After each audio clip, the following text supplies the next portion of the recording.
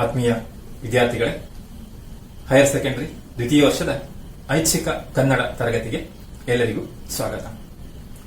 ಕಳೆದ ತರಗತಿಗಳಲ್ಲಿ ನಾವು ನಮ್ಮ ಪಠ್ಯಭಾಗದ 3 ಘಟಕಗಳಲ್ಲಿ ನೀಡಲಾದ ಪಾಠಗಳನ್ನು ನೋಡಿದ್ದೇವೆ. ಮುಂದೆ 4ನೇ ಘಟಕವನ್ನು ನೋಡೋಣ. 4ನೇ ಘಟಕದ ಶೀರ್ಷಿಕೆ ನಾಟಕ ರಂಗ ಎಂಬುದಾಗಿ. ಇದರಲ್ಲಿ 2 ಪಾಠಗಳನ್ನು ಕೊಟ್ಟಿದ್ದಾರೆ. ಕನ್ನಡ ನಾಟಕ ಸಾಹಿತ್ಯ ಹೇಗೆ ಬೆಳೆದು ಬಂತು ಎಂಬುದರ ಬಗ್ಗೆ ಸಂಗ್ರಹಿತವಾದಂತಹ ಒಂದು ಪಾಠ ಕೊಟ್ಟಿದ್ದಾರೆ. ಹಾಗೆಯೇ ಡಾಕ್ಟರ್ ಎಚ್.ಎಸ್. ವೆಂಕಟೇಶ್ ಮೂರ್ತಿ ಬರೆದಂತಹ ನಾಟಕವನ್ನು ಕೊಟ್ಟಿದ್ದಾರೆ. ಮಂತರ ಎಂಬುದರ ಶೀರ್ಷಿಕೆ.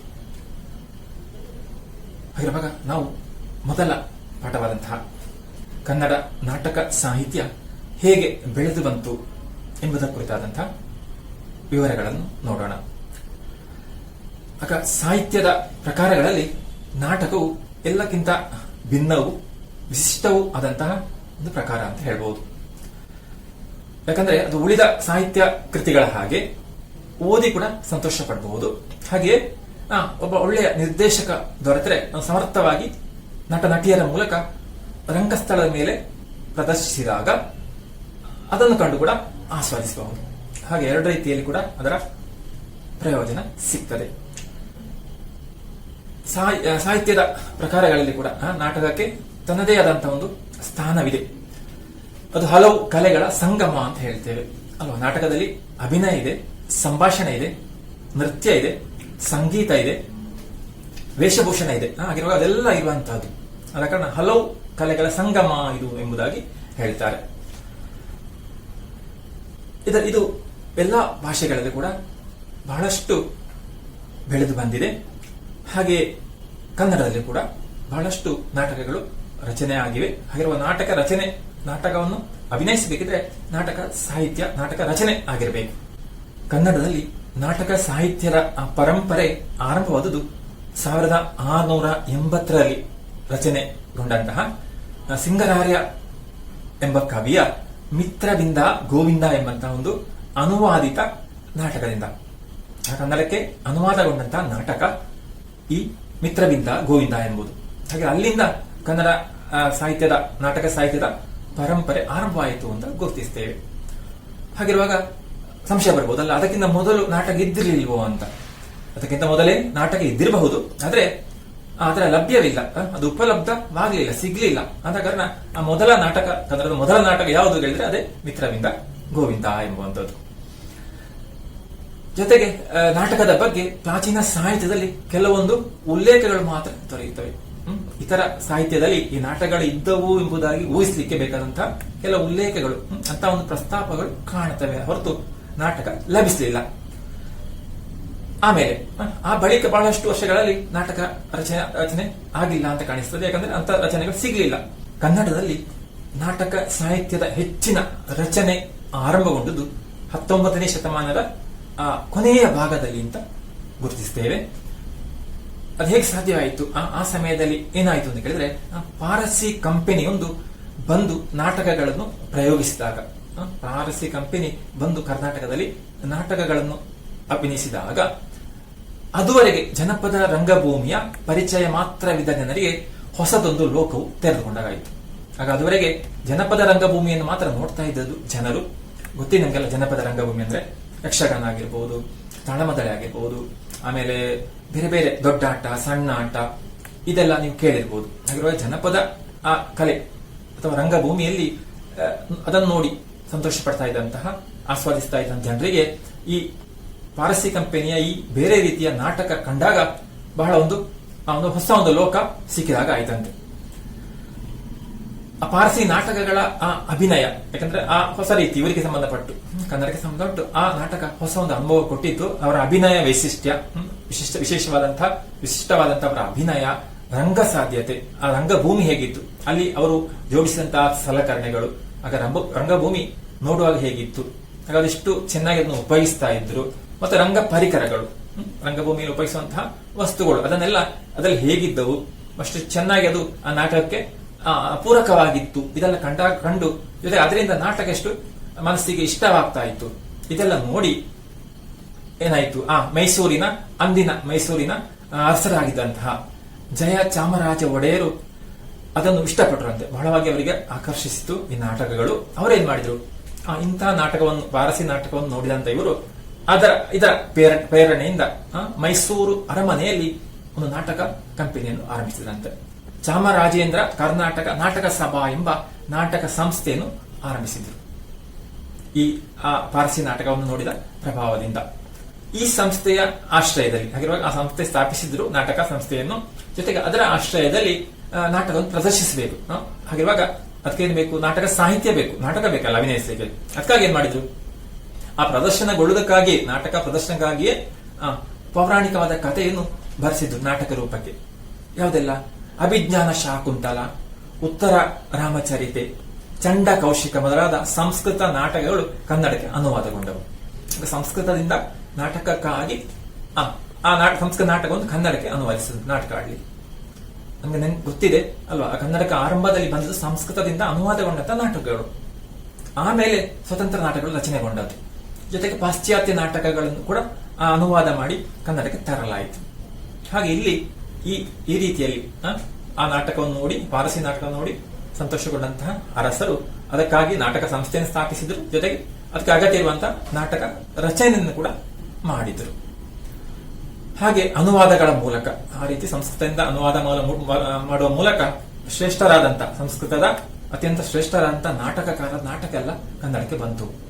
ನಮ್ಗೆ ಗೊತ್ತಿದೆ, ಹೆಸರು ಗೊತ್ತಿರಬಹುದಲ್ಲ, ಕಾಳಿದಾಸ, ಭವಭೂತಿ, ಶೂದ್ರಕ, ಭಾಸ ಮೊದಲಾದವರ ನಾಟಕಗಳು ಕನ್ನಡಿಗರಿಗೆ ಸುಪರಿಚಿತವಾದವು.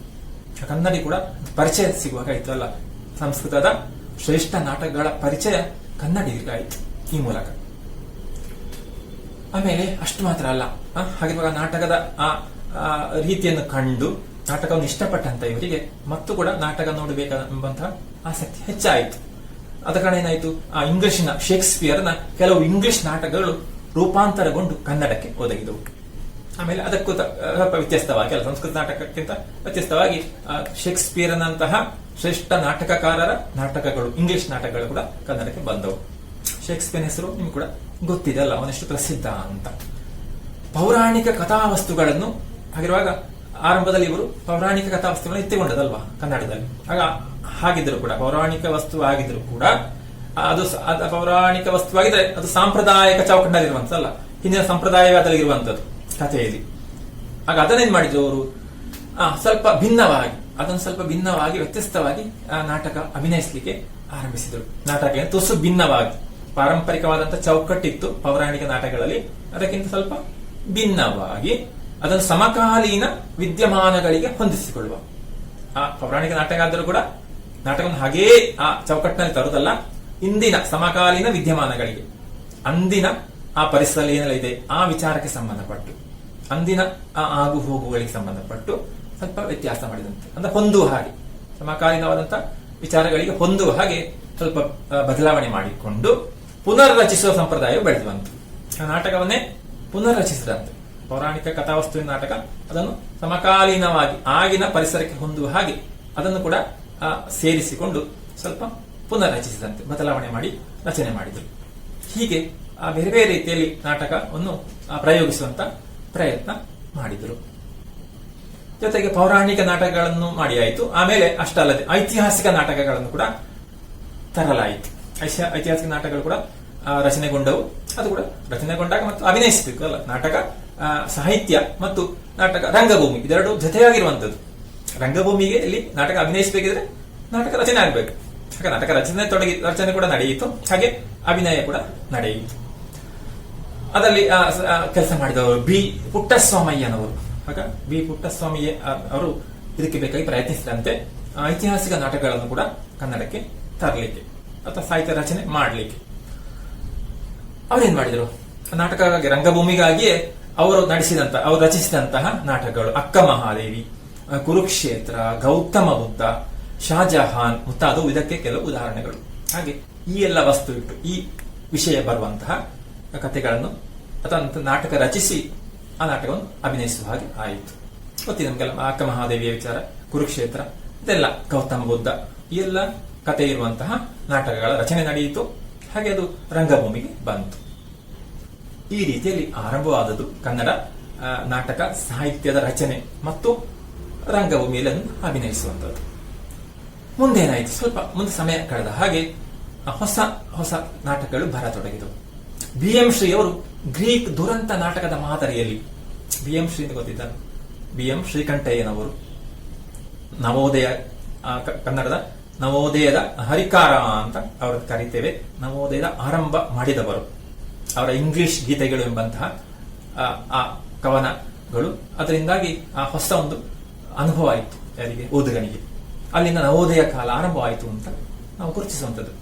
ನೆನಪಿರಬಹುದು ಅಲ್ವಾ ನಾನು ಹೇಳಿದ್ದು, ನವೋದಯ, ನವ್ಯ, ಬಂಡಾಯ, ದಲಿತ, ಪ್ರಗತಿಶೀಲ, ಹೀಗೆಲ್ಲ ಬೇರೆ ಆ ಒಂದೊಂದು ಕಾಲಘಟ್ಟದಲ್ಲಿ ಹೊಸ ಕನ್ನಡ ಸಾಹಿತ್ಯದಲ್ಲಿ ಬಂದಂತಹ ಬದಲಾವಣೆಗಳು, ಹೊಸ ಹೊಸ ರೀತಿಯಲ್ಲಿ ಕಾವ್ಯ ಕೃತಿ ರಚನೆಯಾದದ್ದು. ಹಾಗೆ ಬಿ ಎಂ ಶ್ರೀ ಅವರು ನವೋದಯ ಕಾಲದಲ್ಲಿ ಪ್ರಮುಖರು. ಹಾಗೆ ಅವರೇನ್ ಮಾಡಿದ್ರು, ಗ್ರೀಕ್ ನಾಟಕವನ್ನು, ಗ್ರೀಕ್ ದುರಂತ ನಾಟಕ ಅಂತ ಕೇಳಿರಬಹುದು, ಹಾಗೆ ಅಲ್ಲಿ ಬಹಳ ಪ್ರಸಿದ್ಧವಾದದ್ದು ಟ್ರಾಜಡಿ ಅಂತ ಇಂಗ್ಲಿಷ್ ಹೇಳ್ತೇವೆ. ಹಾಗೆ ಗ್ರೀಕ್ ದುರಂತ ನಾಟಕಗಳನ್ನ ಮಾದರಿಯಲ್ಲಿ ಆ ರೀತಿಯಲ್ಲಿ ಏನ್ ಮಾಡಿದ್ರು, ಪಾರಸಿಕರು, ಅಶ್ವತ್ಥಾಮನ್ ಈ ನಾಟಕಗಳನ್ನು ಕನ್ನಡಕ್ಕೆ ನೀಡಿದಾಗ ಕನ್ನಡಕ್ಕೆ ತಂದರಂತೆ. ಅಂದ್ರೆ ಈಗ ಅನುಭವ ಆಗಿದೆ, ಪೌರಾಣಿಕ ನಾಟಕ ಆಯಿತು, ಐತಿಹಾಸಿಕ ನಾಟಕ ಬಂದವು. ಹಾಗೆ ಇವರೇನ್ ಮಾಡಿದ್ರು, ಈ ರೀತಿಯಲ್ಲಿ ದುರಂತ ನಾಟಕಗಳ ಪರಿಚಯ ಮಾಡಿದರಂತೆ. ಅದಕ್ಕಾಗಿ ಅಂತಹ ವಸ್ತುವನ್ನು ಎತ್ತಿಕೊಂಡ್ರು ಪಾರಸಿಕರು, ಅಶ್ವತ್ಥಾಮನ್ ಮೊದಲಾದಂತಹ ಆ ವಿಷಯವನ್ನು, ಅವರ ಆ ಕಥೆಯನ್ನು. ಅದರಿಂದ ಕನ್ನಡ ನಾಟಕ ಸಾಹಿತ್ಯದಲ್ಲಿ ಹೊಸ ಶಕೆಯೊಂದು ಆರಂಭಗೊಂಡಿತ್ತು ಅಂತ ಹೇಳ್ತಾರೆ. ಆಗ ಹೊಸ ಶಕೆ ಒಂದು ಆರಂಭ ಆಯಿತು. ಆ ಹಿಂದಿನ ನಾಟಕ ಸಾಹಿತ್ಯಕ್ಕಿಂತ ಭಿನ್ನವಾದದ್ದಲ್ಲ, ಹೊಸತನ ಅಲ್ಲಿ ಕಂಡಿತು. ಯಾಕಂದ್ರೆ ಆ ಗ್ರೀಕ್ ನಾಟಕಗಳ ರೀತಿಯಲ್ಲಿ ಇದು ಬಂದದ್ದು, ದುರಂತ ನಾಟಕಗಳು ಅಂತ ಆ ರೀತಿಯಲ್ಲಿ. ಆಗ ಜನರಿಗೆ ಹೊಸ ಅನುಭವ ಆಯಿತು. ಗ್ರೀಕ್ ದುರಂತ ನಾಟಕದ ಆಳವಾದ ಪರಿಚಯವಿದ್ದ ಹಾಗೂ ಗ್ರೀಕ್ ಪುರಾಣ ಕಥೆಗಳಿಗೂ ಭಾರತೀಯ ಪುರಾಣ ಕಥೆಗಳಿಗೂ ಇರುವ ಸಾಮ್ಯದ ಅರಿವಿದ್ದ ಬಿ ಎಂ ಶ್ರೀ ಅವರಿಗೆ ಅಶ್ವತ್ಥಾಮನ್ ನಾಟಕವನ್ನು ರೂಪಾಂತರಿಸುವುದು, ರಚಿಸುವುದು ಸಾಧ್ಯವಾಯಿತು. ಹಾಗೆ ಅವರಿಗೆ ಹೇಗೆ ಅಷ್ಟು ಸುಲಭ ಸಾಧ್ಯ ಆಯಿತು ಅಂದ್ರೆ ಆ ಗ್ರೀಕ್ ನಾಟಕದ ಪರಿಚಯ ಇತ್ತಂತೆ ಬಿ ಎಂ ಶ್ರೀ ಅವರಿಗೆ. ಹಾಗಿರುವ ಅದನ್ನು ಅವರು ರೂಪಾಂತರಿಸಿ ಕನ್ನಡಕ್ಕೆ ತಂದರು. ಅದವರಿಗೆ ಸಾಧ್ಯವಾಯಿತು. ಜೊತೆಗೆ ಪ್ರೇಕ್ಷಕರಿಗೆ, ಓದುಗರಿಗೆ ನಾಟಕ ಕೃತಿಯನ್ನು ಓದುವ ಹಾಗಾಯಿತು, ಜೊತೆಗೆ ಅದರ ನಾಟಕವನ್ನು ನೋಡುವ ಹಾಗೆ ಕೂಡ ಆಯಿತು. ಜೊತೆಗೆ ಅವರಿಗೆ ಅದಕ್ಕೆ ಬೇಕಾದ ಬದಲಾವಣೆ ಕೂಡ ಮಾಡಿದ್ರಂತೆ. ಹಾಗೆ ರೂಪಾಂತರಗೊಳ್ಳುವಾಗ ಅಶ್ವತ್ಥಾಮನ ಮೂಲ ಕಥೆಯಲ್ಲಿ ಕೆಲವು ಬದಲಾವಣೆಗಳಾಗಿವೆ. ಬೇಕಾದ ಹಾಗೆ ಹೇಗೆ ಯಾವುದು ಅಗತ್ಯವೋ, ಪ್ರೇಕ್ಷಕರಿಗೆ ಎಷ್ಟು ಸಮರ್ಥವಾಗಿ ಅದು ಕೊಡಬಹುದು, ಅದಕ್ಕಾಗಿ ಕೆಲವು ಬದಲಾವಣೆಗಳನ್ನು ಕೂಡ ಮಾಡಿದ್ರು ಮೂಲ ಕಥೆಗಿಂತ. ಉದಾಹರಣೆಗೆ ಮೂಲ ಕಥೆಯಲ್ಲಿ ಅಶ್ವತ್ಥಾಮ ಚಿರಂಜೀವಿ. ಅಶ್ವತ್ಥಾಮನ ಕಥೆ ಕೂಡ ಕೇಳಿದ್ದು ಅಲ್ಲ, ಮಹಾಭಾರತ ಕಥೆಯಲ್ಲಿ ಬರ್ತದೆ ಅಶ್ವತ್ಥಾಮನ್. ಆಗ ಆ ಕಥೆಯಲ್ಲಿ ಅವನು ಚಿರಂಜೀವಿ ಆಗಿರುವವನು. ಆದ್ರೆ ಅಶ್ವತ್ಥಾಮ ನಾಟಕದಲ್ಲಿ ರುದ್ರಾಂಶ ಸಂಭೂತನಾದ ಆತನು ದುರಂತ ನಾಯಕನಾಗಿ ಆತ್ಮಹತ್ಯೆ ಮಾಡಿಕೊಳ್ತಾನೆ. ಇಲ್ಲಿ ಅಂತಹ ಒಬ್ಬ ದುರಂತ ನಾಯಕನಾಗಿ ಆತ್ಮಹತ್ಯೆ ಮಾಡಿಕೊಳ್ತಾನೆ ಅಂದ್ರೆ ದುರಂತ ನಾಟಕವಾಗಿ ರೂಪಗೊಳ್ಬೇಕು. ಹಾಗೆ ಆ ರೀತಿ ಬದಲಾವಣೆ ಮಾಡಿದ್ರಂತೆ ಮೂಲ ಕಥೆಗಿಂತ ಭಿನ್ನವಾಗಿ. ಅದರಲ್ಲಿ ವಿಶೇಷ ಅಂದ್ರೆ ಇಂಗ್ಲಿಷ್ನಿಂದ ಬಂದಂತಹ ಹಲವು ನಾಟಕಗಳು ನೇರ ಅನುವಾದಗಳಾಗಿರದೆ ರೂಪಾಂತರಗೊಂಡವುಗಳು. ಇದನ್ನು ನೋಡಬಹುದು. ಆ ಇಂಗ್ಲಿಷ್ ನಾಟಕ ಬಂದರೂ ಕೂಡ ನೇರವಾಗಿದ್ದು ಹಾಗೆ ಇಲ್ಲಿ ಅಭಿನಯಿಸಿದಲ್ಲ ಅಥವಾ ರಚನೆಗೊಂಡದ್ದು ಅಲ್ಲ, ರೂಪಾಂತರಗೊಂಡವಂತೆ. ಅಂದ್ರೆ ಆ ಇಂಗ್ಲಿಷ್ ನಾಟಕದ ಅದೇ ಪರಿಸರ ಇಲ್ಲಿ ಇಲ್ಲ, ಕೆಲವೊಮ್ಮೆ ಇದು ಹೊಂದಿಕೊಳ್ಳಿಕ್ಕಿಲ್ಲ ಇಲ್ಲಿನ ಪ್ರೇಕ್ಷಕರಿಗೆ ಅಥವಾ ಓದುಗರಿಗೆ. ನಾಟಕ ಸಾಹಿತ್ಯ ರಚನೆ ಆದ್ರೆ ಸಾಹಿತ್ಯವನ್ನು ಓದುವವರಿಗೂ, ಜೊತೆ ಅದು ಅಭಿನಯಿಸಿದ್ರೆ ಪ್ರೇಕ್ಷಕರಿಗೆ ಅದು ಹೊಂದಿಕೊಳ್ಳಿಕ್ಕೆ ಕಷ್ಟ ಉಂಟು. ಆದ ಕಾರಣ ಏನ್ ಮಾಡಿದ್ರು, ರೂಪಾಂತರ ಮಾಡಿದರಂತೆ. ಅದ ಆ ಮೂಲ ಕಥೆ ಇಟ್ಟು ಇಲ್ಲಿಗೆ ಹೊಂದುವ ಹಾಗೆ ಅದನ್ನು ಬದಲಾಯಿಸುವಂತದ್ದು. ಉದಾಹರಣೆಗೆ ಶೇಕ್ಸ್ಪಿಯರ್ನ ಮ್ಯಾಕ್ಬೆತ್ ನಾಟಕವನ್ನು ಪ್ರತಾಪ ರುದ್ರದೇವ ಎಂಬ ಹೆಸರಿನಲ್ಲೂ, ಶೇಕ್ಸ್ಪಿಯರ್ನ ಹೆಸರು ಗೊತ್ತಿದೆ, ಈಗ ಬಂದಿದೆ ಅಲ್ವಾ. ಆ ನಾಟಕ ಯಾವುದು, ಮ್ಯಾಕ್ಬೆತ್ ಎಂಬುದು ಬಹಳ ಪ್ರಸಿದ್ಧ ನಾಟಕ. ಅದನ್ನು ಪ್ರತಾಪ ರುದ್ರದೇವ ಎಂಬ ಹೆಸರಿನಲ್ಲೂ, ಆ ಹೆಸರು ನೋಡಲು ಗೊತ್ತಾಗ್ತದೆ ಅಲ್ವಾ ಎಷ್ಟು ಬದಲಾವಣೆ ಆಗಿದೆ ಅಂತ. ಆ ಹೆಸರಿನಲ್ಲೂ ಒಥೆಲೋ ನಾಟಕವು ಶೂರಸೇನ ಚರಿತ್ರೆ ಎಂಬುದಾಗಿಯೂ ಕನ್ನಡಿಗರಿಗೆ ದೊರೆತವು. ಆಗ ಈ ರೀತಿಯಾಗಿ ಆ ನಾಟಕಗಳು, ಇಂಗ್ಲಿಷ್ ನಾಟಕಗಳು ಕನ್ನಡಕ್ಕೆ ಬಂದು ರೂಪಾಂತರಗೊಂಡದಲ್ಲ. ಹೆಸರಿನಿಂದ ಆರಂಭವಾಗಿ ಆ ಕಥೆ ಕೂಡ ನಮ್ಮ ಪರಿಸರಕ್ಕೆ ಹೊಂದುವ ಹಾಗೆ ಆ ರೀತಿಯಲ್ಲಿ ಬದಲಾವಣೆ ಮಾಡಿಕೊಂಡು ರಚಿಸಲ್ಪಟ್ಟವು. ರೂಪಾಂತರಗೊಳ್ಳುವಾಗ ಮೂಲದ ಚೌಕಟ್ಟು ಹಾಗೆಯೇ ಇದ್ದು, ಆಗ ರೂಪಾಂತರಗೊಳ್ಳುವಾಗ ಏನ್ ಮಾಡಿದರು, ಅದು ಹೇಗೆ ರೂಪಾಂತರ ಮಾಡಬೇಕು, ಮೂಲದ ಚೌಕಟ್ಟು ಹಾಗೆ ಇಟ್ಟರು. ಆ ಮೂಲ ಕಥೆ ಹಾಗೆ ಉಂಟು, ಅದನ್ನು ಬದಲಾಯಿಸಿದ್ರೆ ಇಡೀ ನಾಟಕ ಬದಲಾಗ್ತದೆ, ಕಥೆ ಬದಲಾಗ್ತದೆ. ಆಗ ಮೂಲ ಕಥೆ ಹಾಗೆ ಇಟ್ಟು ಇಲ್ಲಿನ ಪರಿಸರಕ್ಕೆ ಹೊಂದುವ ಹಾಗೆ ವಸ್ತು ಮತ್ತು ಪಾತ್ರಗಳು ನಮ್ಮ ಸ್ಥಳೀಯ ಪರಿಸರಕ್ಕೆ ಹೊಂದಿಕೊಂಡಂತೆ ಇರ್ತವೆ. ಆಗ ಅದು ನಮ್ಮ ನಾಟಕ ಅಂತ ಆಗ್ಬೇಕು, ನಮ್ಮ ಕಥೆಯಿಂದ ಆಗ್ಬೇಕು. ಅದರ ರೀತಿ ಅಲ್ಲ, ಮೂಲ ಅಲ್ಲಿಂದ ಬಂದದ್ದು. ಆ ರೀತಿಯಲ್ಲಿ ನಾಟಕವನ್ನು ಬದಲಾಯಿಸಿದ್ರು. ಹೀಗೆ ಅದು ನಮ್ಮ ಪರಿಸರದ ನಾಟಕ, ನಮ್ಮ ನಾಟಕ ಅಂತ ಅನಿಸಿದವರಿಗೆ. ಆದ್ರೆ ಕಥೆಯಲ್ಲಿ ಒಂದು ಹೊಸತನ ಇತ್ತು, ಅದು ಆ ಪಾಶ್ಚಾತ್ಯ ನಾಟಕ ಆದ ಕಾರಣ, ಶೇಕ್ಸ್ಪಿಯರ್ನ ನಾಟಕಗಳು.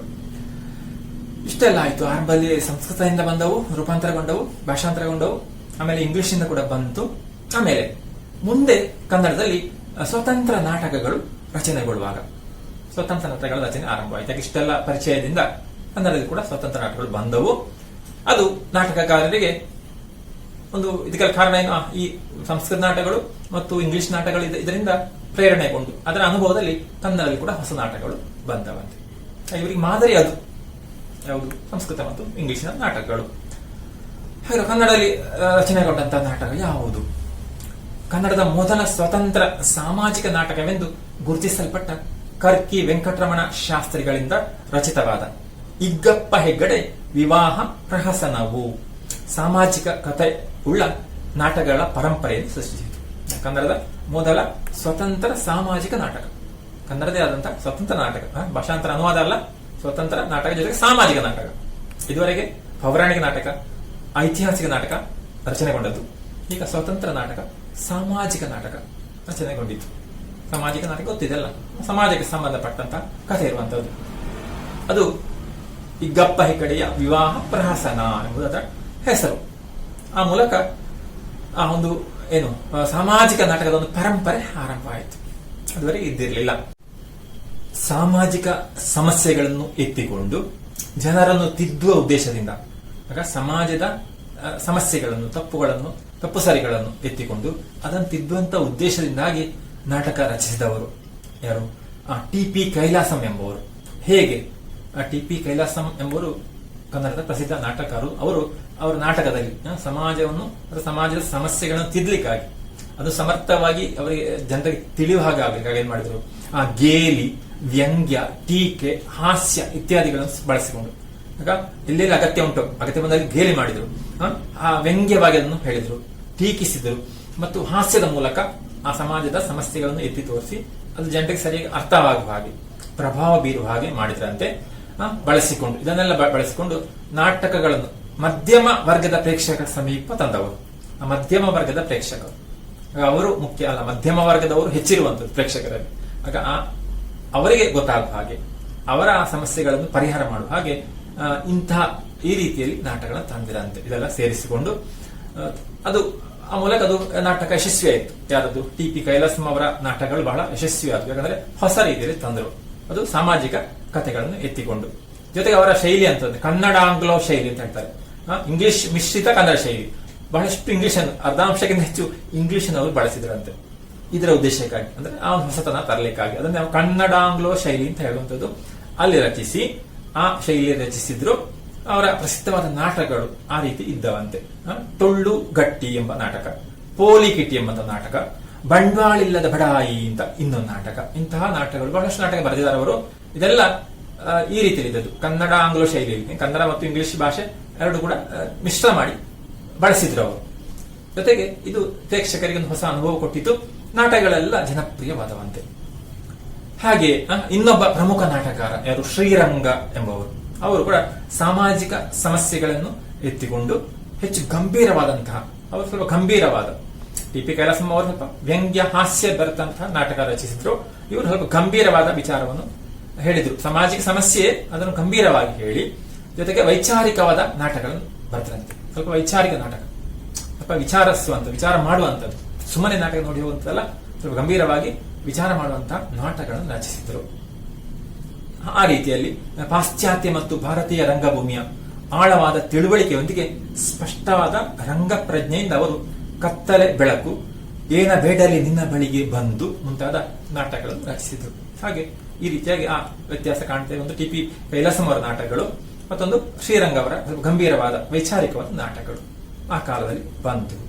ಅದೆಲ್ಲ ಕೂಡ ಪ್ರೇಕ್ಷಕರಿಗೆಲ್ಲ ಅಥವಾ ಓದುಗರಿಗೆ, ನಾಟಕ ಸಾಹಿತ್ಯ ಆದ್ರೆ ಓದುಗರಿಗೆ ಎಲ್ಲ ಹೊಸ ಅನುಭವ ಕೊಟ್ಟಿತ್ತು.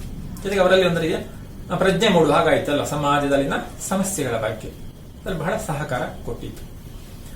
ಹೀಗೆ ಮುಂದುವರಿತ ಇರುವಾಗ ಅತ್ತ ನಾಟಕ ಕಂಪನಿಗಳು ಆರಂಭವಾದಂತೆ. ವೃತ್ತಿ ರಂಗಭೂಮಿ ಅಂತ ಹೇಳ್ತೇವೆ ಅಲ್ಲ, ನಾಟಕವೇ ಉದ್ಯೋಗವಾಗಿ ಇರುವಂತದ್ದು. ಹಾಗೆ ವೃತ್ತಿ ರಂಗಭೂಮಿಗಳು ಆರಂಭವಾದವು, ಅಂದ್ರೆ ನಾಟಕ ಕಂಪನಿ ಅಂತ ಕರಿತೇವೆ. ಅವರು ಏನ್ ಮಾಡಿದ್ರು, ಪೌರಾಣಿಕ, ಐತಿಹಾಸಿಕ ಹಾಗೂ ಸಾಮಾಜಿಕ ನಾಟಕಗಳಿಂದ ಸಾಮಾನ್ಯ ಪ್ರೇಕ್ಷಕರನ್ನು ರಂಜಿಸುತ್ತಾ ಅವರಲ್ಲಿ ಕಲಾಭಿರುಚಿಯನ್ನು ಬೆಳೆಸಿದವು.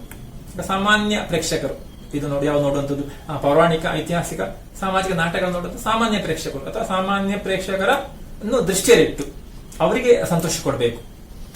ಆ ನಾಟಕ ಸಂತೋಷ ಕೊಡಬೇಕು, ಜೊತೆಗೆ ಒಂದು ರೀತಿಯ ಉಪದೇಶ ಕೂಡ ಸಿಕ್ಬೇಕಲ್ಲ, ಒಂದು ಪ್ರಜ್ಞೆ ಕೂಡ ಮೂಡಿಸಬೇಕು ಸಮಸ್ಯೆಗಳಿಗೆ ಪರಿಹಾರಕ್ಕಾಗಿ.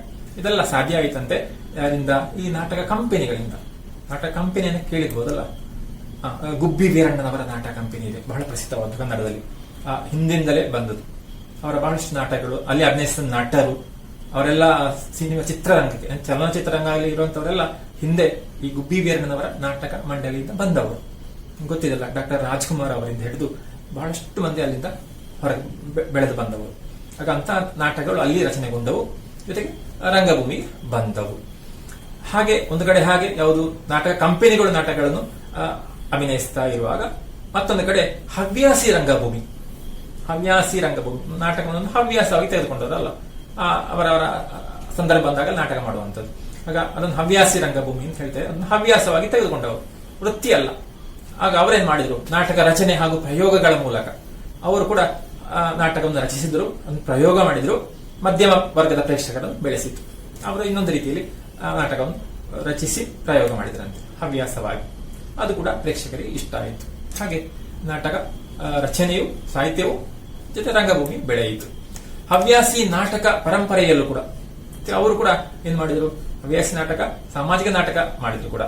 ಮತ್ತೆ ಏನ್ ಮಾಡಿದ್ರು ಮುಂದಕ್ಕೆ, ಪೌರಾಣಿಕ, ಐತಿಹಾಸಿಕ, ಸಾಮಾಜಿಕ ನಾಟಕಗಳು ಕೂಡ ಅಲ್ಲಿ ರಚನೆಗೊಂಡವು ಅಂತ ಗೊತ್ತಾಗ್ತದೆ.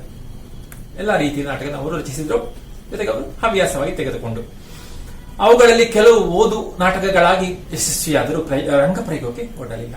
ಹಾಗಾಗಿ ನೋಡುವಾಗ ಇದೊಂದು ಕಾಣಿಸ್ತದೆ, ಅವರು ರಚಿಸಿದಂತಹ ನಾಟಕಗಳು ಎಲ್ಲ ರಂಗಭೂಮಿಯಲ್ಲಿ ಅಭಿನಯಿಸಲಿಕ್ಕೆ ಸಾಧ್ಯ ಆಗಲಿಲ್ಲ. ಓದು ನಾಟಕಗಳಾದವು, ಓದ್ಲಿಕ್ಕೆ ಸಂತೋಷ ಕೊಡ್ತಾ ಇದ್ದಂತೆ ನಾಟಕವನ್ನು, ಆದ್ರೆ ಎಲ್ಲರೂ ಅಭಿನಯಿಸಲಿಕ್ಕೆ ಅಥವಾ ರಂಗಭೂಮಿಗೆ ಅಳವಡಿಸಲಿಕ್ಕೆ ಸ್ವಲ್ಪ ಕಷ್ಟ ಆಯಿತು. ಹಾಗೂ ಅಂತ ನಾಟಕಗಳು ಬಂದವು, ಆದ್ರೆ ಅದನ್ನು ಓದಿಕೊಂಡು ಅದರ ಅನುಭವವನ್ನು ಪಡಿಬಹುದು. ಇನ್ನು ಕೆಲವು ಓದು ನಾಟಕವಾಗಿಯೂ ರಂಗ ಪ್ರಯೋಗದ ದೃಷ್ಟಿಯಿಂದಲೂ ಯಶಸ್ವಿಯಾದವಂತೆ. ಕೆಲವು ಓದ್ಲಿಕ್ಕೂ ಚೆನ್ನಾಗಿತ್ತು, ಜೊತೆಗೆ ರಂಗ ಪ್ರಯೋಗ ಕೂಡ, ನಾಟಕ ಅಭಿನಯಿಸಲಿಕ್ಕೆ ಕೂಡ ಹೊಂದುವಂತಹ ರಚನೆಗಳಾಗಿದ್ದವು. ಉದಾಹರಣೆ ಕೊಟ್ಟಿದ್ದಾರೆ. ಕಾಕನ ಕೋಟೆ, ಮಾಸ್ತಿ ವೆಂಕಟೇಶ ಅಯ್ಯಂಗಾರ್ ಅವರು ಬರೆದಂತ ಕಾಕನ ಕೋಟೆ ಎಂಬ ಪ್ರಸಿದ್ಧ ನಾಟಕ, ಮತ್ತು ಬೆರಳಗೆ ಕೊರಳ್ ಬರೆದಂತಹ ಕುವೆಂಪು ಅವರ ನಾಟಕ, ಜೊತೆಗೆ ಸ್ಮಶಾನ ಕುರುಕ್ಷೇತ್ರವನ್ನು ಬರೆದಂತಹ ಕುವೆಂಪು ಅವರ ನಾಟಕ. ಇದೆಲ್ಲ ಅಂತದ್ದು ಯಾವುದು, ಎರಡು ಕೂಡ ಹೊಂದುವಂಥದ್ದು, ಓದ್ಲಿಕ್ಕೂ ಚೆನ್ನಾಗಿರ್ತದೆ, ಜೊತೆಗೆ ಅಭಿನಯಿಸಲಿಕ್ಕೆ ಕೂಡ. ಹೀಗೆ ಮಹತ್ವದ ಜೊತೆಗೆ ಏನು ಗೊತ್ತಾಗ್ತದೆ, ಕುವೆಂಪು ಅವರು, ಬೇಂದ್ರೆ ಅವರು, ಕಾರಂತರು ಇವರೆಲ್ಲ ನಾಟಕ ರಚಿಸಿದ್ರು ಅಂತ ಗೊತ್ತಾಗ್ತದೆ. ಅಂತೂ ಈ ಮಹತ್ವದ ಲೇಖಕರು ಕೂಡ ಬಹುಮಟ್ಟಿಗೆ ನಾಟಕ ರಚಯಿತರು ಆಗಿದ್ದಾರೆ, ಅಂದ್ರೆ ಅವರು ಕೂಡ ನಾಟಕ ರಚನೆ ಮಾಡಿದ್ರು, ಅದು ಕೂಡ ಗೊತ್ತಾಗ್ತದೆ ಆ ಕಾಲಘಟ್ಟದಲ್ಲಿ. ಆಮೇಲೆ ಮುಂದೆ ಹೇಳ್ತಾರೆ, ನೆನಪಿಸ್ತಾರೆ, ಗೋವಿಂದ ಪೈ ಅವರು ಗೊತ್ತಿ ನಮಗೆಲ್ಲ, ನಮ್ಮ ಮಂಜೇಶ್ವರದ ರಾಷ್ಟ್ರಕವಿ ಗೋವಿಂದ ಪೈ ಅವರು ಕೂಡ ನಾಟಕ ರಚನೆ ಮಾಡಿದ್ರು. ಅವರ ನಾಟಕ ಹೆಬ್ಬೆರಳು ಮತ್ತು ಚಿತ್ರಭಾನು, ಅಥವಾ ಇನ್ನೊಂದು ಹೆಸರು ಯಾವುದು, 1942 ಎಂಬುದು ಅದರ ಹೆಸರು. ಇಂತಹ ನಾಟಕಗಳನ್ನು ಅನುಕ್ರಮವಾಗಿ ಒಂದು ಪೌರಾಣಿಕ ಮತ್ತೊಂದು ಸಾಮಾಜಿಕ ವಸ್ತು. ಹೆಬ್ಬೆರಳು ಎಂಬಂತ ಪೌರಾಣಿಕ ನಾಟಕ ಗೊತ್ತಿದೆ ಅಲ್ಲ, ಹೆಬ್ಬೆರಳು ಕತೆ. ಹಾಗೆ ಒಂದು ಸಾಮಾಜಿಕ ನಾಟಕ ಚಿತ್ರಭಾನು ಅಥವಾ 1942 ಎಂಬ ಹೆಸರಲ್ಲಿ ಬರೆದಂತಹ ನಾಟಕ. ಹಾಗಿರುವಾಗ ಅವರಿಂದ ಕೂಡ ನಾಟಕ ರಚನೆಗೊಂಡವು. ಆಮೇಲೆ ಮುಂದೆ ಹೋದಾಗ ಕನ್ನಡ ಸಾಹಿತ್ಯದಲ್ಲಿ ನವ್ಯತೆ ಕಾಣಿಸಿಕೊಂಡ ಕಾಲಘಟ್ಟದಲ್ಲಿ ಹೇಳಿದ್ದೇನೆ ಅಲ್ವಾ, ನವೋದಯ ನವ್ಯ ಎಲ್ಲ ಆ ಸಾಹಿತ್ಯ ಪಂಥಗಳು. ಹಾಗಿರುವಾಗ ಆ ನವ್ಯದ ಸಮಯ ಬಂದಾಗ ಏನಾಯಿತು, ನಾಟಕದಲ್ಲಿ ಕೂಡ ಹೊಸ ಅಲೆ ಕಾಣಿಸಿಕೊಂಡಿತ್ತು. ಆಗ ನವೋದಯ ಕಾಲದಲ್ಲಿಯೂ ನವ್ಯದ ಕಾಲದಲ್ಲಿ ಕೂಡ ನಾಟಕಗಳು ಹೊಸ ರೀತಿಯಲ್ಲಿ ಬಂದವು. ಅದಕ್ಕೆ ಹೊಂದುವಂತ ಆ ನವ್ಯದ ಆ ಸಮಯಕ್ಕೆ ಹೊಂದುವಂತ ನಾಟಕಗಳು ಬಂದವು. ಜೀವನದ ಅರ್ಥಶೂನ್ಯತೆಯನ್ನು, ಅಸಾಂಗತ್ಯವನ್ನು ಪ್ರತಿಬಿಂಬಿಸುವ ಅಸಂಗತ ನಾಟಕಗಳು ಬಂದವು. ಆಗ ನವ್ಯ ನಾಟಕ, ನವೋದಯ ಕಾಲದ ನಾಟಕಗಳು, ನವ್ಯದಲ್ಲಿ ಕೂಡ ನಾಟಕಗಳು ಬಂದವು. ಮತ್ತು ಅಸಂಗತ ಆಮೇಲೆ ಬಂದದ್ದು ಅಸಂಗತ ನಾಟಕಗಳು ಮತ್ತು ಏನು ಜೀವನದ ಅರ್ಥಶೂನ್ಯತೆಯನ್ನು ತೋರಿಸುವಂಥದ್ದು ಅಸಂಗತ ನಾಟಕಗಳು ಅಂತ ಕೇಳಿರೋದು ಹೆಸರು ಅಲ್ಲ. ಜೀವನದ ಅರ್ಥಶೂನ್ಯತೆ, ಜೀವನದಲ್ಲಿ ಏನು ಅರ್ಥ ಇಲ್ಲ, ಆ ರೀತಿಯ ಆ ವಿಚಾರ ಹೇಳುವಂಥದ್ದು. ಅಂದ್ರೆ ಆ ಹೊಸತನ ಅಲ್ಲಿ ಕಾಣ್ತೇವೆ. ಅಂತ ನಾಟಕಗಳು ಕೂಡ ರಚನೆಗೊಂಡವು. ಹಾಗೆ ಎಲ್ಲಾ ವಿಧದ ಆ ಕಾಲಕ್ಕೆ ಬೇರೆ ಬೇರೆ ರೀತಿಯ ನಾಟಕಗಳು ರಚನೆಗೊಂಡವು, ಜನರ ಅಭಿರುಚಿಗೆ ಅನುಸಾರವಾಗಿ ಕೂಡ ಅಲ್ಲ. ಆ ಕಾಲಘಟ್ಟಗಳಲ್ಲಿ ಅವರಲ್ಲಿ ಹಲವು ಪ್ರಮುಖರ ಹೆಸರು ಹೇಳಬಹುದು. ಪಿ ಲಂಕೇಶ್ ಎಂಬವರು, ಚಂದ್ರಶೇಖರ ಪಾಟೀಲ, ಚಂದ್ರಕಾಂತ ಕೂಸನೂರ, MS.K. ಪ್ರಭು ಮುಂತಾದವರು ಈ ಬಗೆಯ ನಾಟಕಗಳನ್ನು ರಚಿಸಿದರು. ಹಾಗೆ ಇವರೆಲ್ಲ ಆ ರೀತಿ ನಾಟಕ ರಚಿಸಿದ್ದಾರೆ. ಜೊತೆಗೆ MS ಪ್ರಭು ಅವರ ಹೆಸರು ನಿಮ್ಗೆ ಕೇಳಿದ್ರು ಅಲ್ಲ. MS.K. ಪ್ರಭು ಎಂಬುವರು ನಿಮ್ಮ ಪ್ರಥಮ ವರ್ಷದ ತರಗತಿಯಲ್ಲಿ ಅಂತ ಒಂದು ಬಕ ಎಂಬ ನಾಟಕ ಬರೆದವರು ಅವರು ಅಲ್ಲ, ನೀವು ನೋಡಿದಿರಿ. ಹಾಗೆ ಅಂತವರೆಲ್ಲ ಈ ಹೊಸ ರೀತಿಯ ನಾಟಕಗಳು ರಚಿಸಲಿಕ್ಕೆ ಕಾರಣರಾದರು. ಯಾವುದು, ನವ್ಯದ ಸಮಯದಲ್ಲಿ. ಜೊತೆಗೆ ಗಿರೀಶ್ ಕಾರ್ನಾಡರು ಪೌರಾಣಿಕ, ಐತಿಹಾಸಿಕ ಮತ್ತು ಜಾನಪದೀಯ ವಸ್ತುಗಳಿಗೆ ಆಧುನಿಕ ವ್ಯಾಖ್ಯಾನ ನೀಡಿ ಹೊಸ ಬಗೆಯ ನಾಟಕಗಳನ್ನು ರಚಿಸಿದರು. ಗಿರೀಶ್ ಕಾರ್ನಾಡ್ ಅವರ ಹೆಸರು ಕೂಡ ನಮಗೆ ಗೊತ್ತಿರುವಂತಲ್ಲ, ಎಲ್ಲರಿಗೂ ತಿಳಿದಿರುವಂತದ್ದು. ಪ್ರಸಿದ್ಧ ನಾಟಕಕಾರರು, ಚಲನಚಿತ್ರ ನಟರು, ನಿರ್ದೇಶಕರು, ಹೀಗೆ ಎಲ್ಲಾ ರೀತಿಯ ಜೊತೆಗೆ ದೊಡ್ಡ ಸಾಹಿತಿ ಕೂಡ ಆಗಿ ಪ್ರಸಿದ್ಧರಾದವರು. ಅವರು ಕೂಡ ಹೊಸ ರೀತಿಯ ನಾಟಕಗಳನ್ನು ರಚಿಸಿದ್ರಂತೆ. ಯಾವುದದು, ಪೌರಾಣಿಕ ನಾಟಕ ಅಂತ ತೆಗೆದುಕೊಂಡ್ರು ಕೂಡ ಐತಿಹಾಸಿಕ, ಪೌರಾಣಿಕ, ಜಾನಪದೀಯ ಕತೆ, ಪೌರಾಣಿಕದ ಕಥೆ ಆಗಿರ್ಬೋದು, ಐತಿಹಾಸಿಕ ಆಗಿರ್ಬೋದು, ಜಾನಪದ ಕಥೆ ಆಗಿರ್ಬೋದು. ಆದ್ರೆ ಅದನ್ನೆಲ್ಲ ಆಧುನಿಕ ವ್ಯಾಖ್ಯಾನ ನೀಡಿ, ಆಗ ಹೊಸ ಕಾಲಕ್ಕೆ, ಹೊಸ ಸಮಾಜಕ್ಕೆ ಅನುಸಾರವಾಗಿ ಆ ಧ್ವನಿ ಬರುವ ಹಾಗೆ ಬದಲಾಯಿಸಿ ನಾಟಕ ಮಾಡಿದ್ದಾರೆ. ನಾಟಕ ಪೌರಾಣಿಕವಾಗಿದ್ರು, ಐತಿಹಾಸಿಕ ಆಗಿದ್ರು ಕೂಡ ಹೇಳುವಂತ ವಿಚಾರ ಮಾತ್ರ ಈಗ ಸಮಕಾಲೀನವಾದ ವಿಚಾರವನ್ನು ಹೇಳುವಂಥದ್ದು. ಆಗ ಆಧುನಿಕ ವ್ಯಾಖ್ಯಾನ ನಡಿ, ಹೊಸ ವ್ಯಾಖ್ಯಾನ ನೀಡಿದ್ರು. ಅದು ಕೂಡ ಜನಪ್ರಿಯವಾಯಿತಂತೆ. ಕಥಾವಸ್ತು, ಪಾತ್ರಗಳು ಪೌರಾಣಿಕ ಅಥವಾ ಐತಿಹಾಸಿಕವೇ ಆದರೂ ಸನ್ನಿವೇಶ ನಿರ್ಮಾಣದಲ್ಲಿ, ಪಾತ್ರಗಳ ಚಿಂತನೆಯಲ್ಲಿ ಆಧುನಿಕ ಸಂವೇದನೆಯನ್ನು ಪ್ರತಿಪಾದಿಸಿದ ಅವರ ನಾಟಕಗಳು. ಆಗ ಈಗ ಹೇಳಿದ ಹಾಗೆ ಅಲ್ಲ, ಪೌರಾಣಿಕ ಆಗಿರುವುದು, ಐತಿಹಾಸಿಕ ಆಗಿರುವುದು, ಜನಪದ ಆಗಿರುವುದು. ಆದ್ರೆ ಅದರ ವಿಷಯ ಮಾತ್ರ ಈಗಿನ ಸಮಯಕ್ಕೆ ಹೊಂದಿಕೊಂಡಿರುವಂಥದ್ದು, ಆಧುನಿಕ ಸಂವೇದನೆಯಲ್ಲಿ ಕಾಣಬಹುದು. ಅಲ್ಲ ಬರೀ ಹಳೆಯ ಕಥೆಯನ್ನು ಕೇಳುವಂಥದ್ದಲ್ಲ, ನೋಡಿದ್ರೆ ಗೊತ್ತಾಗ್ತದೆ. ಯಾವುದಂದ್ರೆ ಅವರ ನಾಟಕಗಳು ಯಯಾತಿ, ಹಯವದನ, ಅಗ್ನಿ ಮತ್ತು ಮಳೆ, ತುಗ್ಲಕ್ ಮುಂತಾದ ನಾಟಕಗಳು ಅನನ್ಯವಾಗಿ ಗುರುತಿಸಲ್ಪಟ್ಟಿವೆ. ಇವೆಲ್ಲ ಪ್ರಸಿದ್ಧ ಕನ್ನಡದ ನಾಟಕಗಳು. ನೀವು ಕೂಡ ಓದಿರಬಹುದಲ್ಲ, ಅಥವಾ ಬೇರೆ ಬೇರೆ ಬೇರೆ ಹಿಂದೆ ನಿಮ್ಮ ತರಗತಿಯಲ್ಲಿ ಬಂದಿರಬಹುದು. ಬಹಳ ಪ್ರಸಿದ್ಧವಾದಂತಹ ನಾಟಕಗಳು. ಹೀಗೆ ಹೊಸ ಹೊಸ ಬದಲಾವಣೆಗಳು ಆಗ್ತಾ ಇದ್ದವು, ಹೊಸ ಹೊಸ ನಾಟಕಗಳು ಬಂದವು. ಈ ಕಾಲಘಟ್ಟದಲ್ಲಿ ಮುಂದೇನಾಗ್ತದೆ, ಮರಾಠಿ, ಬಂಗಾಳಿ ಹಾಗೂ ಹಿಂದಿ ಭಾಷೆಗಳಿಂದ ಹೊಸ ಸಂವೇದನೆಯ ನಾಟಕಗಳು ಅನುವಾದಗೊಂಡವು. ಆರಂಭ ಸಂಸ್ಕೃತದಿಂದ ಬಂದಿದೆ, ಆಮೇಲೆ ಇಂಗ್ಲಿಷ್ನಿಂದ ಬಂತು, ಈಗ ಬಂಗಾಳಿ, ಮರಾಠಿ ಮತ್ತು ಹಿಂದಿಯಿಂದ ಕೂಡ ನಾಟಕಗಳು ಭಾಷಾಂತರವಾಗಿ ಅಥವಾ ರೂಪಾಂತರವಾಗಿ ಬಂದುವಂತೆ ಅದನ್ನು ಹೇಳ್ತಾರೆ. ಬಂಗಾಳಿಯ ಬಾದಲ್ ಸರ್ಕಾರ್ ಅವರ ಏವಂ ಇಂದ್ರಜಿತ್, ಬಾಕಿ ಇತಿಹಾಸ್, ಹಿಂದಿಯ ಮೋಹನ್ ರಾಕೇಶ್ ಅವರ ಆಷಾಢ್ ಕಾ ಏಕ್ ದಿನ್ ಮುಂತಾದ ನಾಟಕಗಳು ಅನುವಾದಗೊಂಡವು. ಹಾಗೆ ಒಳ್ಳೊಳ್ಳೆ ನಾಟಕಗಳು ಬೇರೆ ಬೇರೆ ಭಾಷೆಯಿಂದ ಕೂಡ ಬಂದವು. ಅದು ಕೂಡ ಕನ್ನಡಿಗರಲ್ಲಿ ಹೊಸ ಅಭಿರುಚಿಯನ್ನು ಮೂಡಿಸಿದವು. ಇದೆಲ್ಲ ಕನ್ನಡಿಗರಿಗೆ ಒಂದು ಹೊಸ ಅನುಭವ ಕೊಟ್ಟಿದ್ದು ಅಲ್ಲ. ಆ ಸ್ಥಳದ, ಆ ರಾಜ್ಯದ, ಆ ಭಾಷೆಯ ನಾಟಕಗಳು, ಅಲ್ಲಿರುವಂತಹ ವಿಶೇಷತೆ, ಅಲ್ಲಿನ ಸಮಾಜ ರೀತಿ, ಇದೆಲ್ಲ ಇಲ್ಲಿ ಕಾಣಿಸಿಕೊಂಡವು. ಅಂತೂ ಒಂದಕ್ಕಿಂತ ಒಂದು ಭಿನ್ನವಾಗಿದ್ದವು. ಅದನ್ನು ನೋಡಿ ಪ್ರೇಕ್ಷಕರಿಗೆ ಬಹಳ ಸಂತೋಷ ದೊರೆತವು. ಜೊತೆಗೆ ಆ ಸಾಹಿತ್ಯ ಕೃತಿಯನ್ನು ಓದಿದವರಿಗೆ ಕೂಡ. ಜೊತೆಗೆ ಜನಪದ ರಂಗಭೂಮಿಯ ನಿಕಟ ಪರಿಚಯವಿದ್ದ ಚಂದ್ರಶೇಖರ ಕಂಬಾರರು ಕೇಳಿರ್ಬಹುದಲ್ವ. ಕನ್ನಡಕ್ಕೆ ಜ್ಞಾನಪೀಠ ಪ್ರಶಸ್ತಿಯನ್ನು ತಂದುಕೊಂಡಂತ ದೊಡ್ಡ ಸಾಹಿತಿ. ಅವರ ನಾಟಕಗಳನ್ನು ಬಹಳಷ್ಟು ಬರೆದಿದ್ದಾರೆ. ಆಗ ಅವರೇನ್ ಮಾಡಿದ್ರು, ಅವರ ನಾಟಕ ಹೇಗಿತ್ತು, ಜಾನಪದ ಸಾಹಿತ್ಯಕ್ಕೆ ಅಥವಾ ಜನಪದಕ್ಕೆ ಸಂಬಂಧಪಟ್ಟು, ಜಾನಪದ ರಂಗಭೂಮಿಗೆ ಸಂಬಂಧಪಟ್ಟು ಅತ್ಯಂತ ಪರಿಚಯವಿದ್ದ ಅವರಿಗೆ, ಜನಪದ ರಂಗಭೂಮಿಯಿಂದ ಅವರಿಗೆ ಇಷ್ಟ. ಜೊತೆಗೆ ಆ ರೀತಿಯ ಕೃತಿನಲ್ಲಿ ಬರೆದವರು ಅವರೇನ್ ಮಾಡಿದ್ರು, ಆ ಜಾನಪದೀಯ ಅಂಶಗಳನ್ನು ಅಳವಡಿಸಿಕೊಂಡು, ಆ ಜಾನಪದ ಅಂಶಗಳನ್ನು ಜನಪದ ಗೊತ್ತಿಲ್ಲ, ಜನಪದ ಸಾಹಿತ್ಯ ಗೊತ್ತಿದೆ ಅಲ್ವಾ, ಅಂತಹ ಅಂಶಗಳನ್ನು ಸೇರಿಸಿಕೊಂಡು ಆ ರೀತಿ ನಾಟಕ ಬರ್ತದಂತೆ. ಯಾವುದದು? ಜೋಕುಮಾರಸ್ವಾಮಿ ಸಿರಿ ಸಂಪಿಗೆ ಅಂತ ನಾಟಕಗಳನ್ನು ಬರೆದಿದ್ದಾರೆ. ಇದು ಕೂಡ ಬಹಳ ಪ್ರಸಿದ್ಧವಾದ ನಾಟಕಗಳು ಅಲ್ಲ, ಜೋಕುಮಾರಸ್ವಾಮಿ ಸಿರಿ ಸಂಪಿಗೆ ಅಂತೆಲ್ಲ. ಸಿನಿಮಾ ಕೂಡ ಆಗಿದೆ, ಚಲನಚಿತ್ರ ಕೂಡ ಆಗಿದೆ, ಯಾವುದು ಜೋಕುಮಾರಸ್ವಾಮಿ ಎಂಬುದು. ಹಾಗೆ ಅವರದ್ದು ಆ ಜನಪದ ಸಾಹಿತ್ಯದ ಬಹಳ ಇಷ್ಟಪಡುವ ಸಾಹಿತ್ಯವನ್ನು ಅವರು ಆ ರೀತಿ ನಾಟಕ ಬರೆದರು. ಅಂತೂ ಹೀಗೆ ವಿಭಿನ್ನವಾದಂತಹ ನಾಟಕಗಳು ಬಂತು. ಹೀಗೆ ಆರಂಭದಲ್ಲಿ ಸಂಸ್ಕೃತ ನಾಟಕ ರಂಗದಿಂದ ಪ್ರಭಾವಿತವಾದಂತಹ ಕನ್ನಡ ನಾಟಕ ಮುಂದೆ ಪಾಶ್ಚಾತ್ಯ ಪ್ರೇರಣೆಯಿಂದ ಪುಷ್ಟಿಗೊಂಡು ದೇಶೀಯ ಅಂಶಗಳನ್ನು ಕೂಡ ಬಿಡದೆ ಬೆಳವಣಿಗೆಯನ್ನು ಹೊಂದಿರುವಂತ ನಮಗೆ ಕಾಣ್ತದೆ ಅಲ್ವಾ. ಆರಂಭದಲ್ಲಿ ಸಂಸ್ಕೃತ ನಾಟಕಗಳು ರೂಪಾಂತರಗೊಂಡು ಬಂದವು, ಆಮೇಲೆ ಪಾಶ್ಚಾತ್ಯ ನಾಟಕಗಳು, ಇಂಗ್ಲಿಷ್ ನಾಟಕಗಳು ಬಂದವು. ಜೊತೆಗೆ ಅದರೊಟ್ಟಿಗೆ ದೇಶೀಯವಾದಂತಹ ನಮ್ಮನೆಯಾದಂತಹ ಆ ಅಂಶಗಳನ್ನೆಲ್ಲ ಸೇರಿಸಿಕೊಂಡು ನಾಟಕಗಳು ಕಾಣಿಸಿಕೊಂಡವು. ಆ ರೀತಿಯಲ್ಲಿ ಕನ್ನಡ ನಾಟಕ ರಂಗ ಬೆಳೆಯಿತು. ಜೊತೆಗೆ ಇದನ್ನು ಬೆಳೆಸಲಿಕ್ಕೆ ಕಾರಣವಾದಂತಹ ನಾಟಕ ಕಂಪನಿಗಳ ಮೂಲಕ ನಾಡಿನುದ್ದಕ್ಕೂ ನಾಟಕ ಪ್ರದರ್ಶನಗಳನ್ನು ನೀಡಿದ ಕನ್ನಡ ವೃತ್ತಿರಂಗಭೂಮಿ ಆ ರೀತಿಯಾಗಿ ಇಡೀ ಕನ್ನಡ ನಾಡಿನಾದ್ಯಂತ ನಾಟಕಗಳ ಪ್ರದರ್ಶನ ಕೊಟ್ಟಿದ್ದು, ನಾಟಕ ಸಾಹಿತ್ಯ ರಚನೆಗೆ ಚಾಲನೆ ನೀಡಿತು ಅಲ್ಲ. ನಾಟಕ ಸಾಹಿತ್ಯವನ್ನು ರಚಿಸಿದ್ರು, ಜೊತೆಗೆ ಅಭಿನಯಿಸಿದ್ರು ಕೂಡ ವೃತ್ತಿರಂಗಭೂಮಿಯವರು. ಆ ಮೂಲಕ ನಾಟಕ ಪ್ರಸಾರವಾಯಿತು. ಜೊತೆಗೆ ಹವ್ಯಾಸ ರಂಗಭೂಮಿಯು ನಾಟಕ ಸಾಹಿತ್ಯ ರಚನೆ ಹಾಗೂ ಪ್ರಯೋಗದ ದೃಷ್ಟಿಯಿಂದ ಗಮನಾರ್ಹವಾಗಿದೆ. ಹವ್ಯಾಸಿ ರಂಗಭೂಮಿ ಕೂಡ ನಾಟಕ ಅವರಿಗಾಗಿ ಅಲ್ಲ, ಸ್ವಂತ ನಾಟಕ ರಚನೆ ಮಾಡಿತ್ತು. ಜೊತೆಗೆ ಆ ಹೊಸ ರೀತಿಯಲ್ಲಿ ಹೊಸ ಹೊಸ ಪ್ರಯೋಗಗಳನ್ನು ಮಾಡಿದರು. ಆ ಮೂಲಕ ಕೂಡ ಅದು ನಾಟಕದ ಬೆಳವಣಿಗೆಗೆ ಗಮನಾರ್ಹವಾದಂತಹ ಕೊಡುಗೆ ನೀಡಿತು. ಜೊತೆಗೆ ಮೂಲತಃ ಕಾವ್ಯ, ಕತೆ, ಕಾದಂಬರಿ ಮುಂತಾದ ಪ್ರಕಾರಗಳನ್ನು ಮುಖ್ಯ ಮಾಧ್ಯಮವಾಗಿ ಆಯ್ದುಕೊಂಡ ಅನೇಕ ಬರಹಗಾರರು ನಾಟಕ ರಚನೆಯನ್ನು ಗಂಭೀರವಾಗಿ ಸ್ವೀಕರಿಸಿ, ಆಗ ಮುಖ್ಯವಾಗಿ ಕೆಲವು ನಾಟಕಗಾರರ ಮುಖ್ಯ ದಾರಿ ಯಾವುದಾಗಿದ್ದರೆ ಕಾವ್ಯ, ಕತೆ, ಕಾದಂಬರಿ ಬರೀತಾ ಇದ್ದಂತಹ ದೊಡ್ಡ ದೊಡ್ಡ ಸಾಹಿತಿಗಳು ನಾಟಕವನ್ನು ಕೂಡ ಅಷ್ಟೇ ಗಂಭೀರವಾಗಿ ಸ್ವೀಕರಿಸಿಕೊಂಡು ಉತ್ತಮ ನಾಟಕಗಳನ್ನು ನೀಡಿದರು. ಆ ನಾಟಕದ ಪ್ರಾಮುಖ್ಯತೆಯನ್ನು ಕಂಡುಕೊಂಡು ಅದರಲ್ಲಿ ಹೇಳ್ತಾರೆ, ನಮಗೆ ಇರುವಂತಹ ನಾಟಕದ ರಚನೆ ಮಾಡಿದವರು ಮುಖ್ಯವಾಗಿ ಕವಿಯೆಂದೇ ಗುರುತಿಸಿಕೊಂಡಂತಹ ಡಾಕ್ಟರ್ ಎಚ್.ಎಸ್. ವೆಂಕಟೇಶಮೂರ್ತಿ ಅವರು ಈ ಸಾಲಿಗೆ ಸೇರ್ತಾರೆ. ಕವಿಯಾಗಿ ಗುರುತಿಸಿಕೊಂಡವರು, ನೀವು ಕೂಡ ಕೇಳಿರುವುದು ಅವರ ಕವನಗಳನ್ನೆಲ್ಲ ಬಹಳ ಪ್ರಸಿದ್ಧವಾದದ್ದು. ಅವರು ಕೂಡ ನಾಟಕವನ್ನು ರಚಿಸಿದ್ದರು.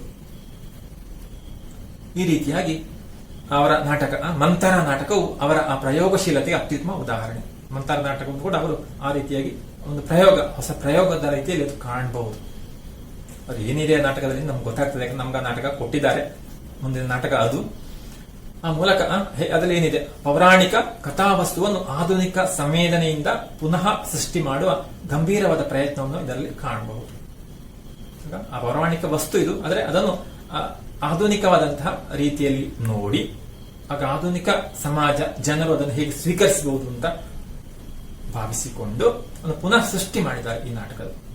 ಯಾವುದು? ಮಂಥರ ಎಂಬಂತಹ ಆ ಪುರಾಣ ಕಥಾಪಾತ್ರವನ್ನು ಇಟ್ಟುಕೊಂಡು. ಈ ರೀತಿಯಾಗಿ ನಮಗೆ ಈ ಕನ್ನಡ ನಾಟಕ ಸಾಹಿತ್ಯ ಹಾಗೂ ರಂಗಭೂಮಿಯ ಒಂದು ಪರಿಚಯ ಸಿಗ್ತದೆ. ಇಷ್ಟು ಮುಖ್ಯವಾಗಿ ಅಲ್ಲಿ ಕಾಣುವಂತಹದ್ದು.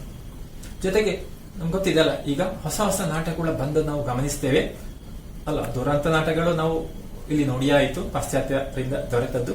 ಹಾಗೆ ಈಗ ಈ ಆಧುನಿಕ ಸಾಮಾಜಿಕ ನಾಟಕದಲ್ಲಿ ಕೂಡ ನಾವು ನೋಡಿದ್ದೇವೆ ಅಲ್ವಾ. ಬೀದಿ ನಾಟಕ, ವಟಾರ ನಾಟಕ, ಆಮೇಲೆ ಲಾರಿ ನಾಟಕ, ಇದೆಲ್ಲ ನಮ್ಗೀಗ ಕಾಣ್ತಾ ಇದೆ ಹೊಸ ಹೊಸ ರೀತಿಯಲ್ಲಿ. ಅಂದ್ರೆ ಒಂದೊಂದು ರೀತಿಯಲ್ಲಿ ಎಲ್ಲ ಸಮಾಜಕ್ಕೆ ತಲುಪುವ ಹಾಗೆ, ಸಣ್ಣ ಸಣ್ಣ ಪ್ರದೇಶಕ್ಕೆ ಕೂಡ ತಲುಪುವ ಹಾಗೆ ಈ ಎಲ್ಲ ಹೊಸ ಪ್ರಯೋಗಗಳು ಕೂಡ ಬಂದದ್ದು. ಕಾಸರಗೋಡಲ್ಲಿ ಕೂಡ ಅಲ್ವಾ ಸಮರ್ಥವಾಗಿ ಆ ನಾಟಕ ಸಾಹಿತ್ಯ ಅಥವಾ ನಾಟಕ ರಂಗಭೂಮಿ ಬೆಳೆದದ್ದು ನಮಗೆ ಕಾಣುತ್ತದೆ ನಾವು ಹಿಂದಕ್ಕೆ ನೋಡಿದಾಗ. ಇಷ್ಟು ವಿಷಯದೊಂದಿಗೆ ಈ ಒಂದು ಕನ್ನಡ ನಾಟಕ ಸಾಹಿತ್ಯದ ಒಂದು ಪರಿಚಯ ಇಲ್ಲಿ ಪೂರ್ತಿಯಾಗ್ತದೆ. ಯಾಕಂದ್ರೆ ನಮಗೆ ಕೊಟ್ಟಂತಹ ಮುಂದಿನ ಪಾಠ ಮಂಥರ ಎಂಬಂತಹ ಒಂದು ನಾಟಕ, ಅದಕ್ಕೆ ಪೂರಕವಾಗಿ ಇದನ್ನು ಕೊಟ್ಟಿದ್ದಾರೆ. ಚಿಕ್ಕ ಒಂದು ಸಂಗ್ರಹ ಮಾಡಿದಂತ ಒಂದು ಭಾಗ ಇದು. ಇಷ್ಟು ವಿಷಯ ನಿಮಗೆ ಅರ್ಥ ಆಗಿರ್ಬೋದು ಅಂತ ಭಾವಿಸ್ತೇನೆ. ಮುಂದೆ ಅದಕ್ಕೆ ಕೊಟ್ಟಂತ ಕೆಲವು ಪ್ರಶ್ನೆಗಳಿವೆ ಮತ್ತು ಚಟುವಟಿಕೆಗಳಿವೆ, ಅದನ್ನು ನೀವು ಮಾಡಬೇಕು. ಕೊಟ್ಟಿದ್ದಾರೆ ಅಲ್ಲ, ಸಂಕ್ಷಿಪ್ತವಾಗಿ ಉತ್ತರಿಸಿರಿ ಅಂತ. BM ಶ್ರೀ ಅವರ ಮೂಲಕ ಕನ್ನಡ ನಾಟಕ ಸಾಹಿತ್ಯದಲ್ಲಿ ಹೊಸ ಶಾಖೆ ಆರಂಭಗೊಳ್ಳೋದು ಹೇಗೆ ಅಂತ ಕೇಳ್ತಾರೆ.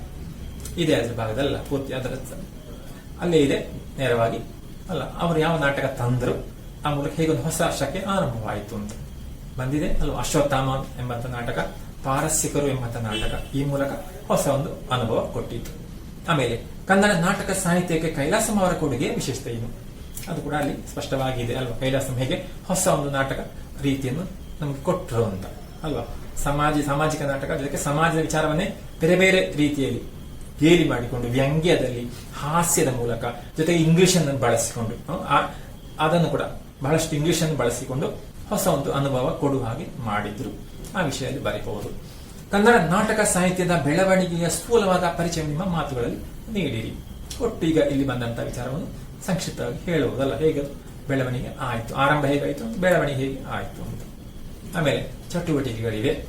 ಕನ್ನಡ ನಾಟಕ ರಂಗಕ್ಕೆ ಕಾಸರಗೋಡಿನ ಹವ್ಯಾಸಿ ರಂಗಭೂಮಿಯ ಕೊಡುಗೆ ಕುರಿತು ಸಂಗ್ರಹಿಸಿ ಬರೆಯಿರಿ.